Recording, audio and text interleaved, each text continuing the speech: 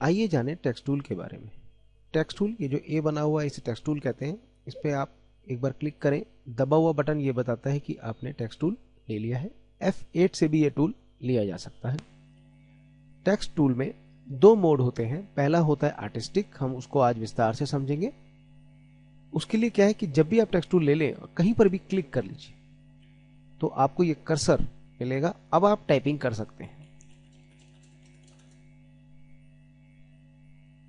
Enter करेंगे तो एक नई लाइन बन जाएगी, आप उसमें टाइपिंग कर सकते हैं। जितनी बार भी एंटर करेंगे एक नई लाइन बनती चली जाएगी। टेक्स्ट टूल लेने के बाद अगर आप किसी भी एक खास पार्ट को पकड़ते हैं तो उसे सिलेक्शन कहते हैं। टेक्स्ट टूल में सिलेक्शन करने के लिए टेक्स्ट टूल लिया हो और आप उस ब्लॉक में काम कर रहे हो, इस वक्त ये एक ब्लॉक है। अगर हम कहीं और क्लिक करेंगे और फिर टाइप करेंगे तो ये आर्टिस्टिक टेक्स्ट का दूसरा ब्लॉक बन जाएगा। ये सिलेक्शन टूल, अब इस वक्त हमने इसे सेलेक्ट किया तो ये एक अलग ब्लॉक है और इसे सेलेक्ट किया ये एक अलग ब्लॉक है। इसमें जो भी चीजें एप्लीकेबल होंगी वो इस पे नहीं होंगी जब तक कि हम दोनों को एक साथ सेलेक्ट ना कर लें। तो अभी हम देखते हैं ये दो ब्लॉक अलग अलग बन गए हैं आर्टिस्टिक टेक्स्ट से। आप टेक्स्ट टूल लेने के बाद इस ब्लॉक के अंदर अगर हैं तो जिस भी पार्ट को सेलेक्ट करना हो तो सिलेक्शन के लिए क्या करेंगे, या तो शुरू में ये कर्सर को जिस वर्ड या जिस लाइन को सेलेक्ट करना है उसके शुरू में क्लिक कीजिएगा और माउस का बटन आप छोड़ेंगे नहीं और दबाए दबाए उसको ऐसे ड्रैग कर लीजिएगा।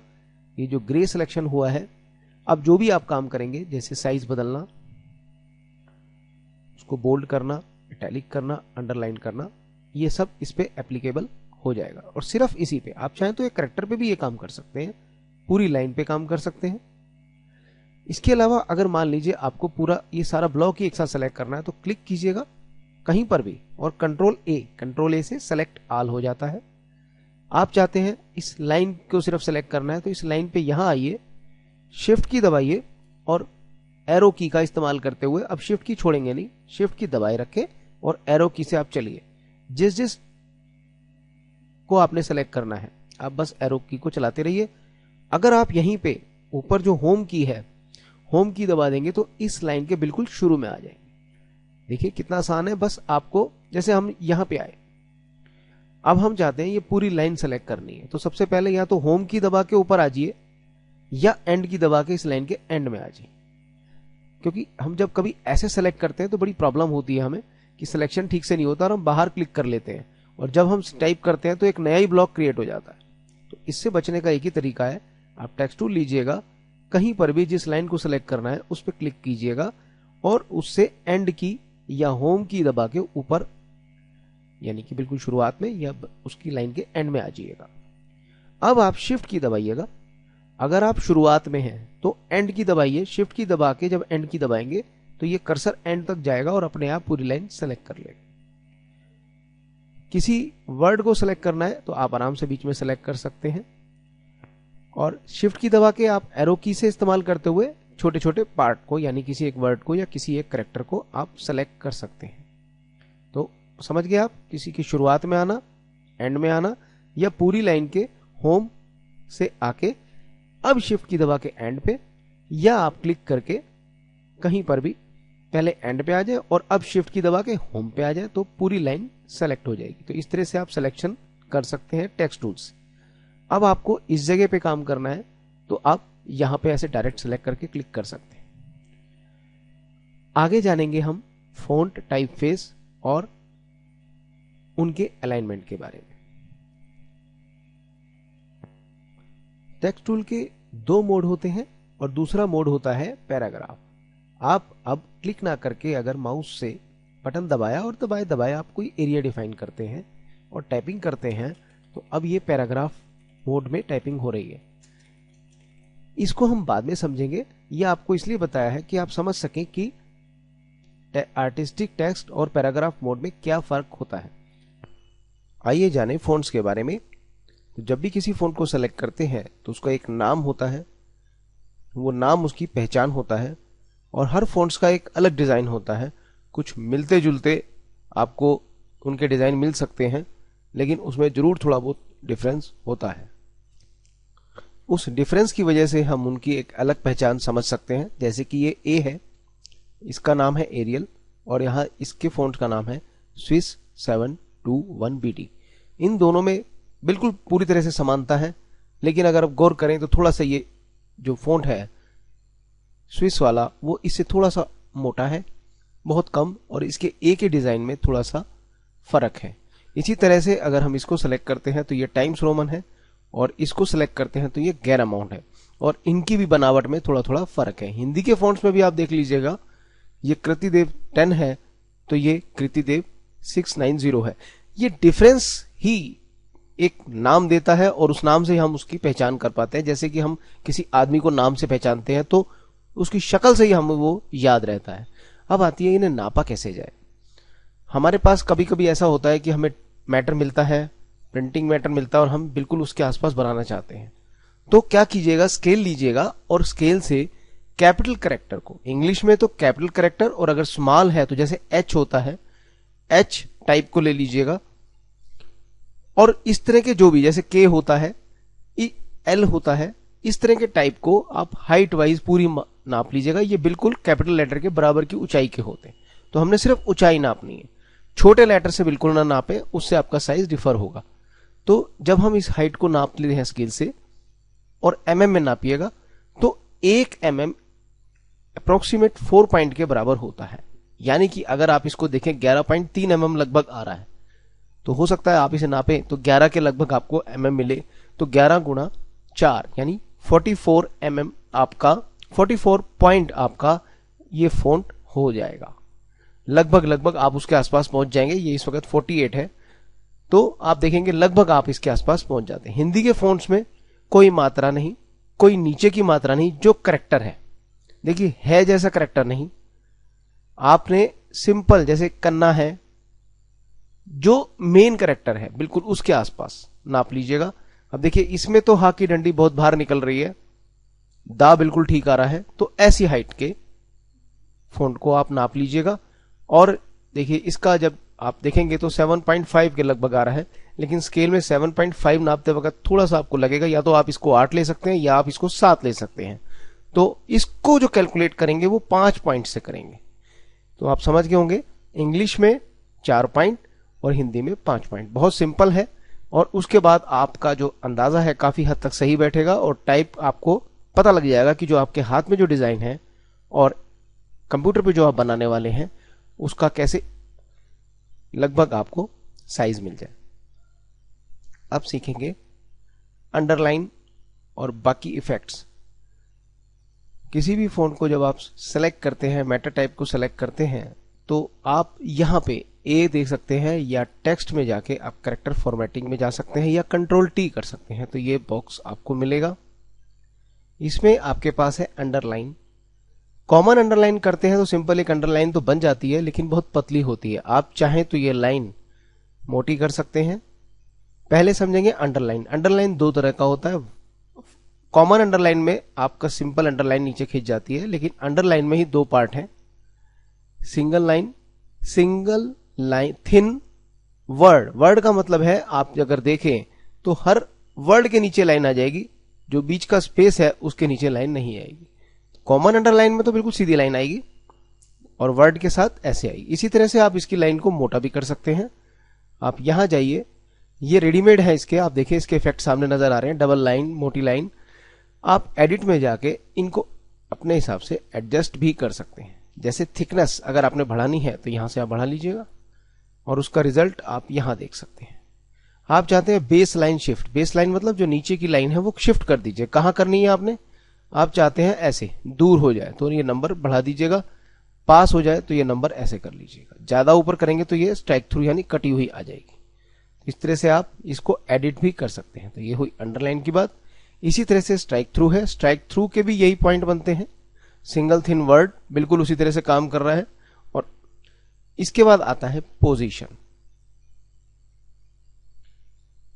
पोजीशन से पहले एक चीज है अपर केस। आप किसी भी टाइप को जब सेलेक्ट करते हैं, चाहे वो लोअर में ही टाइप हो रहा हो, आप यहां पे आके उसके दो इफेक्ट डाल सकते हैं। एक तो होता है ऑल कैप्स, ये ऑल कैप्स है, सारी चीजें कैपिटल हो जाएंगी।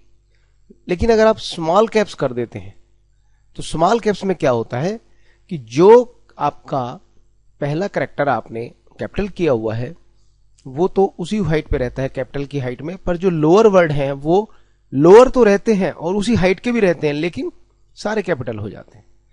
तो ये इसका मतलब है स्मॉल कैप्स। पोजीशन, आप शेप टूल लीजिएगा और इस तरह से आप देखेंगे हर फॉन्ट के साथ आप शेप टूल लेने के बाद आपको ये छोटे छोटे नोड से नजर आएंगे। जिस भी नोड को आप सेलेक्ट कर लेंगे, सपोज हमने टी को सेलेक्ट किया तो हमारे को प्रॉपर्टी बार पे ये X2 जो ऊपर की तरफ लिखा है इसका मतलब है सुपरस्क्रिप्ट, ये लिखा भी आ रहा है नीचे, और इसका मतलब है सब स्क्रिप्ट। सब मैंने नीचे, सुपर मैंने ऊपर की तरफ। तो अगर हम इस पे क्लिक करेंगे तो ये सुपरस्क्रिप्ट बन जाता है। और अगर हम किसी भी कैरेक्टर को सेलेक्ट करके सबस्क्रिप्ट भी कर सकते हैं। इसी तरह से ऑल कैप्स और स्मॉल कैप्स भी हमें यहीं पे ही मिल सकते हैं। अब आती है शिफ्ट की बारी। जिस भी आप एक के साथ अगर ज्यादा नोड्स को सेलेक्ट करना चाहते हैं तो शिफ्ट की दबा लीजिएगा और जितने भी आपके ये सेलेक्ट हो रहे हैं ब्लैक पॉइंट, सिर्फ इन्हीं पे अब असर पड़ेगा। आपने कहा इनको शिफ्ट कर दीजिए, हॉरिजॉन्टल शिफ्ट। हॉरिजॉन्टल का मतलब देख रहे हैं एक्स, यानी कि आप लेफ्ट टू राइट जाएंगे, और वर्टिकल शिफ्ट का मतलब है आप ऊपर या नीचे जाएंगे। तो देखिए आपने इसको ऐसे बढ़ाया और ज्यादा कर दिया, ये बटन दबा के आप ज्यादा कर दीजिए, देखिए शिफ्ट हो रहा है। और यही शिफ्टिंग आप चाहें तो यहां से अब आपने सारे सेलेक्ट तो कर ही लिए, आप किसी भी अब नोड को पकड़िए और ये कॉमनली सारे के सारे नोड ऐसे एडिट हो जाएंगे, यानी ऊपर नीचे हो सकते हैं।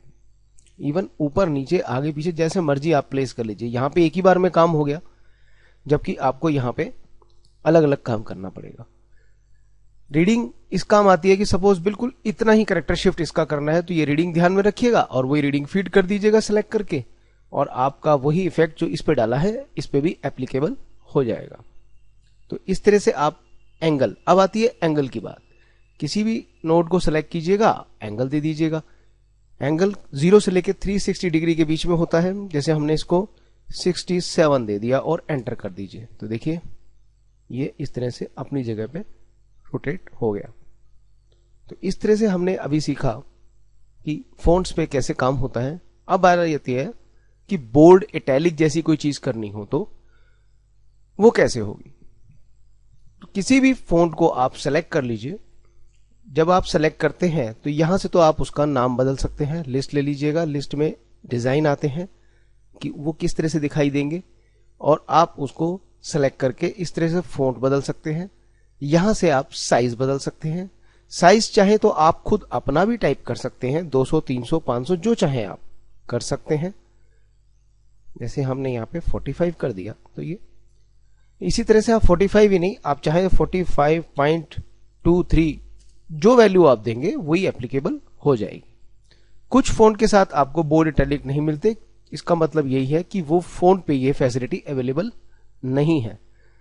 अब अगर आप देखें कि इसको हमने, इस पे भी देखिए बोल्ड, इटैलिक फैसिलिटी नहीं है, लेकिन एरियल अगर फॉन्ट लेते हैं हम तो इसमें हमें सारी फैसिलिटी मिल जाती है। तो बोल्ड करना है तो बोल्ड क्लिक कर दीजिए, अब बोल्ड भी हो गया, इटैलिक भी हो गया। आप चाहते हैं इटैलिक नहीं चाहिए, इटैलिक पे क्लिक कर दीजिए, इटैलिक छूट जाएगा। आप चाहते हैं बोल्ड भी ना हो, इस पे क्लिक कर दीजिए। यही इफेक्ट आपको यहां मिलते हैं। सब कुछ यहां पे भी यही चीजें हैं इस बॉक्स में। तो इस तरह से आप साइज, बोल्ड, इटैलिक, अंडरलाइन कर सकते हैं। आइए आप सीखें पैराग्राफ के बारे में। आप एक लाइन ऐसे टाइप कर लीजिएगा, टाइप करने के बाद एंटर की से दूसरी लाइन बना लीजिएगा और फिर एंटर कीजिएगा तो तीसरी लाइन बन जाएगी। इससे ये एक पूरा एक पैराग्राफ बन जाएगा। अगर आप टेक्स्ट टूल लेके कहीं और क्लिक करते हैं और फिर टाइप करते हैं तो अब ये एक अनदर पैराग्राफ बन जाएगा जो इससे अलग बनेगा। अगर आप कंटिन्यूटी में चाहते हैं तो बस एंटर करते जाइए, टाइप करते जाइए, एंटर करते जाइए, टाइप करते जाइए, एंटर करते जाइए, टाइप करते जाइए। तो इस तरह से आपकी लाइनें बनती जाएंगी। अब जैसे कि हमारे पास यहां अलग अलग पैराग्राफ है, तो हम जिसको भी सेलेक्ट कर रहे हैं, जैसे कि हमने ये इसको सेलेक्ट किया और इस पैराग्राफ में अगर जाते हैं तो देखेंगे इस वक्त लेफ्ट ऑन है हमारा। आप सेंटर करना चाहते हैं तो क्लिक कीजिएगा, सेंटर हो जाएगा। राइट करना चाहते हैं राइट। फुल जस्टिफाई क्या करता है कि हर लाइन को बिल्कुल बराबर कर देता है, लेकिन आखिरी लाइन को नहीं करता है। इसका यह मतलब है फुल जस्टिफाई। लेकिन फोर्स जस्टिफाई सभी लाइनों को बराबर कर देता है। तो आप अगर पहचाने तो बड़ा आसान है, ये लेफ्ट है, ये सेंटर है, ये राइट है, और ये आप पहचान सकते हैं फुल जस्टिफाई है। और जो ये है इसका मतलब बना फोर्स जस्टिफाई। फोर्स का मतलब लास्ट जो लाइन है वो भी फोर्सली फुल कर दे। आप अब इस पैराग्राफ देने के बाद जब भी आप करेक्टर टाइप करेंगे तो पहले तो वो उसी के अंदर उसको एडजस्ट करेगा, जैसे कि देखिए। लेकिन अगर लाइन बहुत बड़ी हो जाएगी तो वो अपने एरिया को बढ़ा भी देगा। इसमें हम एरिया फिक्स नहीं रख सकते। जैसे जैसे एरिया यहाँ पे करेक्टर हमारे बढ़ने लगते हैं वो एरिया भी अपने आप बढ़ाने लगता है। अब टेक्स्ट टूल लेके अगर आप कहीं पर भी, ये नहीं कि पूरा आपने सेलेक्ट ही करना है, आप इस पूरे पैराग्राफ में कहीं पर भी बस क्लिक भर कर दीजिए, और जब भी आप इसका कोई भी अलाइनमेंट चेंज करना चाहते हैं करेंगे तो वो आसानी से हो जाएगा। बार बार इस तरह से पूरा सेलेक्ट करने की बिल्कुल जरूरत नहीं है। जहां तक ये पैराग्राफ होगा वहां तक अपने आप सारा बदल जाएगा। या तो आप सिलेक्शन टूल से या आप टेक्स्ट टूल लेके बस क्लिक कर दीजिए और आप अलाइनमेंट चेंज कर सकते हैं, या तो यहां से या यहां से। इनके कमांड्स भी हैं, आप याद भी कर सकते हैं। कंट्रोल एन, कुछ भी नहीं होना, कंट्रोल एल से लेफ्ट, कंट्रोल ई से सेंटर, कंट्रोल आर से राइट, और कंट्रोल जे से फुल जस्टिफाई, और कंट्रोल एच फोर्स जस्टिफाई। इसके बाद हम आगे चलते हैं। तो यहां पे अब हम शेप टूल से देखेंगे कि क्या हो सकता है। तो ये शेप टूल लिया। अब ये शेप टूल क्या करता है, हम अगर चाहते हैं कि ये कैरेक्टर के बीच में हमें स्पेस मिल जाए, तो यहां पे हमारे पास 1 2 3 4 5 वर्ड हैं, और पांचों वर्डों में अगर हम चाहते हैं कि स्पेस देना है तो कैरेक्टर के लिए आप सिर्फ ये वाला एरो पकड़िए और माउस से ड्रैग कर दीजिए। तो आप देखेंगे कि इस कैरेक्टर के बीच में स्पेस आ गया है, लेकिन जो वर्ड है उसके बीच में स्पेस नहीं आएगा। ये देखिए, हम बहुत ज्यादा बढ़ा देते हैं, कैरेक्टर के स्पेस में बढ़ोतरी होती रहेगी। अब अगर हम शिफ्ट की दबा लेते हैं कीबोर्ड से और दबाए रखते हैं, अब हम इसको प्रेस करके बड़ा करते हैं, तो शिफ्ट की दबाने से क्या हुआ, सिर्फ वर्ड के बीच में स्पेस बनेगा। अब कैरेक्टर के बीच में नहीं बन रहा है, इन वर्डों के बीच में स्पेस बन रहा है। अब हमने शिफ्ट की छोड़ दी, और अगर हम अब छोड़ेंगे तो वही, अब सिर्फ वर्ड के बीच में स्पेस कम या ज्यादा होगा। सॉरी, कैरेक्टर के बीच में, वर्ड के बीच में बिल्कुल कुछ भी नहीं होगा, लेकिन शिफ्ट की दबाने के बाद वर्ड पे काम करता है। इसके लिए सिर्फ लाइन के बीच में स्पेस बनेगा, ये देखिए, और आप चाहें तो ये कम करेंगे तो ये ऐसे लाइनें एक दूसरे पे चिपक भी जाएंगी। और इसकी भी जो एंट्री है, हमें टेक्स्ट टूल ले लीजिएगा और आपको ये मिलेगी टेक्स्ट में पैराग्राफ फॉर्मेटिंग के अंदर स्पेसिंग और इंडेंट्स। स्पेसिंग के अंदर जो भी आपने डाला, जैसे लाइन इस वक्त 48 है, आप चाहते हैं बिल्कुल 0। अगर आप यहां से करते हैं तो आप कंफर्म नहीं है कि ये 0 मतलब वापस अपने नॉर्मल मोड में आ गई है कि नहीं। तो उसके लिए यहां पे देखिए 97.74, यानी पूरी 100% ठीक नहीं हुई। आप यहां 100% कर दीजिए, एंटर कर दीजिए। अब ये परफेक्टली अपनी ओरिजिनल पोजीशन पे आ जाएगी। इसी तरह से करेक्टर, आपका कोई भी करेक्टर किसी तरह से भी आपने उसे बिगाड़ा हुआ है या एडजस्ट किया हुआ है, आप बस यहां पे उसको 0 कर दीजिए, एंटर कर दीजिए, वो अपने डिफॉल्ट पोजीशन पे आ जाएगा। वर्ड के लिए भी आप सेलेक्ट कीजिएगा। वर्ड के लिए आपको पूरा 100% करना होता है, 0 नहीं करते। ये देखिए, यहां टाइपिंग गलत हो गई, कोई बात नहीं, आप इसको सेलेक्ट करके 100 एंटर, ये देखिए। तो ये सब चीजें अपनी उसी पोजीशन पे अपने आप आ जाती है। अब सीखेंगे हम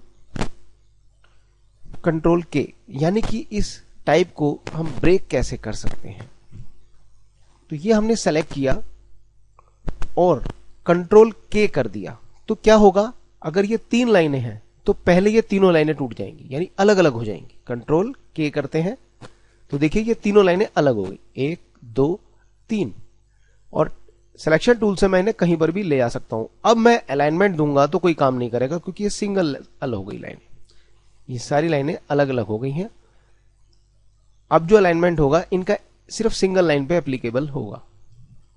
जैसे कि हमने इसे सेंटर कर दिया, तो ये सेंटर तो हो गया, लेकिन कैसे? आप अब जब कोई टाइप करेंगे तो देखिए ये सेंटर पोजीशन से आप दोनों तरफ बढ़ेगा। इसकी अलाइनमेंट हमारी लेफ्ट ही है। आप देखिए इसमें जब मैं टाइप करूंगा तो ये लेफ्ट से अलाइन रहेगा और ये इधर की तरफ चलेगा। इसको मैंने राइट कर दिया। अब इससे क्या फायदा होगा कि जब भी मैं इसमें ऐड करूंगा कोई वर्ड तो ये इधर से अलाइन रहेगा और इधर की तरफ इसकी लाइनें चलेंगी। तो आपने देखा ये ब्रेक हो गया। कंट्रोल जेड से हम वापस आ जाते हैं। अब हमने इसे ब्रेक कर लिया। अगर अब हम सेलेक्ट करते हैं, ये सिंगल लाइन है, अब अगर कंट्रोल के करेंगे तो ये वर्ड टूट जाएंगे। जितने भी वर्ड हैं ये सब अलग अलग हो जाते हैं। कंट्रोल के, ये देखिए ये सारे वर्ड अलग हो गए, क्योंकि अब इसमें कोई लाइन तो है नहीं। तो स्टेप क्या है? अगर लाइन है तो पहले लाइन ब्रेक होंगी, लाइन नहीं है तो वर्ड ब्रेक होंगे, और अगर वर्ड नहीं है, जैसे कि ये एक सिंगल वर्ड है, अब सिंगल वर्ड को अगर कंट्रोल के कर देंगे तो करैक्टर अलग अलग हो जाएंगे। ये देखिए सारे करैक्टर अलग अलग हो गए। तो आपने समझा कंट्रोल के क्या होता है। अब देखिएगा इस सब का फायदा। पहले हम सीखेंगे इनमें कलर फिल कैसे करते हैं। तो किसी को भी सेलेक्ट कर लीजिएगा और माउस का फर्स्ट बटन यानी कि जो लेफ्ट वाला बटन है उसे आप क्लिक कर दीजिएगा। इससे क्या होगा, वो फिल हो जाएगा। अगर आउटलाइन का कलर डालना है आपने तो माउस का राइट बटन से जो भी कलर आपने डालना है उस पे जाके माउस का राइट बटन दबा दीजिए। अब आउटलाइन कलर बदल जाएगा। और अगर आपको आउटलाइन डालनी है तो यहां से आप कोई भी आउटलाइन डाल सकते हैं। हम आउटलाइन पेन में भी जा सकते हैं, यहां पे हम कलर भी बदल सकते हैं, उसकी विड्थ भी बदल सकते हैं। लेकिन इसके साथ ये बिहाइंड फिल और स्केल विद इमेज जरूर कर लीजिएगा। इससे यह फायदा होता है कि जब भी हम इस टाइप को छोटा या बड़ा करेंगे तो आउटलाइन प्रोपोर्शनल छोटी बड़ी हो जाएगी। कैसे, आइए देख लेते हैं। हम इसमें कलर फिल कर देते हैं, ये वाला ओके कर देते हैं। बिहाइंड फिल से आउटलाइन पीछे की तरफ बनेगी। जनरली आप जब भी कोई टाइप करते हैं और उसमें आउटलाइन देते हैं, जैसे कि हमने इसकी ये थिक लाइन दे दी, देखिए आउटलाइन जो बनी हमने इसकी रेड कर दी, तो आप देखेंगे काला रंग तो गायब ही होगा जो फिल है, क्योंकि आउटलाइन ऊपर से बन गई। अब अगर हम उसे आउटलाइन पेन में जाके बिहाइंड फिल भी कर देते हैं और स्केल विद इमेज भी ओके, अब देखिए वो हमें अपना जो डिजाइन साइज है वो दिखने लगा और जो आउटलाइन बनी है वो पीछे की तरफ बन गई। लेकिन अब क्या बात है, अगर आउटलाइन हमारी है 10 पॉइंट की तो हमें दिखेगी सिर्फ 5 पॉइंट, यानी इस वक्त इसका जो बॉर्डर है वो 5 पॉइंट का है, बाकी की 5 पॉइंट नीचे की तरफ चलेगी। इस तरह से आप फिल और आउटलाइन को करेंगे। अब देखिए स्केल विद इमेज से यह फायदा हुआ कि हम जब इसे छोटा करते हैं तो इसकी आउटलाइन पे कोई असर नहीं पड़ता, उस हिसाब से वो आउटलाइन भी छोटी होगी और हमारा डिजाइन बिल्कुल इसी का छोटा रूप बन के आएगा। पर अगर हम ये चीज नहीं करते हैं, स्केल विद इमेज ही नहीं करते हैं, तो देखिए क्या प्रॉब्लम हो जाती है। ये देखिए आउटलाइन की कितनी मोटी हो गई, क्योंकि इस वक्त आउटलाइन स्केल विद इमेज नहीं है। इसी तरह से हम ब्रेक करके डिजाइन बना सकते हैं। ये देखिए ये हमने किया, कंट्रोल के कर दिया और इसको हमने सबको एक साथ सेलेक्ट करके फिल येलो, आउटलाइन रेड और आउटलाइन F12 करके थोड़ी सी मोटी दे दी हमने, लेकिन बिहाइंड फिल और स्केल विद इमेज सब पे एक साथ कर दिया। अब हमने देखिए इसको ऐसे इसके ऊपर रखा, इसको ऐसे किया, इसको ऐसे किया, इसको ऐसे, और इस तरह से हमने अपने डिजाइन को नए रूप दे सकते हैं। ये सब एक साथ सेलेक्ट करके इसको पूरे को कॉपी कर लिया हमने। आप चाहें जो भी अलग अलग कलर दे सकते हैं। स्केल विद इमेज कर दिया है तो फायदा ये है, यही हेडिंग अगर हम छोटी कर देंगे तो इसका सब रूप बिगड़ेगा नहीं, जैसे कि हमने सीखा था।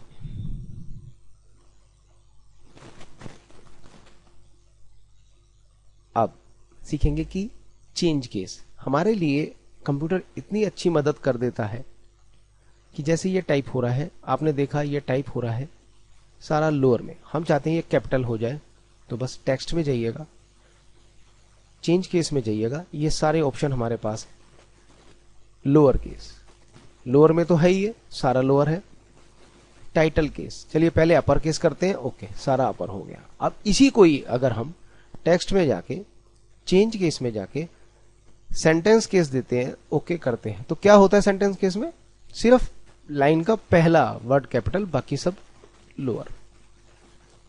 टेक्स्ट में जाएंगे, चेंज केस में जाएंगे, इस बार हम टाइटल केस करते हैं। टाइटल केस क्या बता रहा है? हर वर्ड का पहला कैरेक्टर कैपिटल हो जाएगा। ये देखिए अपने आप, हमें कुछ नहीं करना पड़ रहा।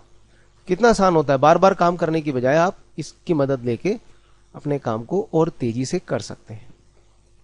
टॉगल का मतलब है कि जो पहला वर्ड अगर आपने कैपिटल किया हुआ है वो तो स्मॉल हो जाएगा और बाकी के सारे कैपिटल हो जाएंगे, ये देखिए। और अगर ऐसा हो जाए और नहीं चाहते आप, तो फिर से change case, title case, okay. इस तरह से आप आर्टिस्टिक टेक्स्ट को समझ पाए होंगे। तो आप इसे समझिए और इसकी बार बार प्रैक्टिस कीजिएगा और स्पीड अप कीजिएगा।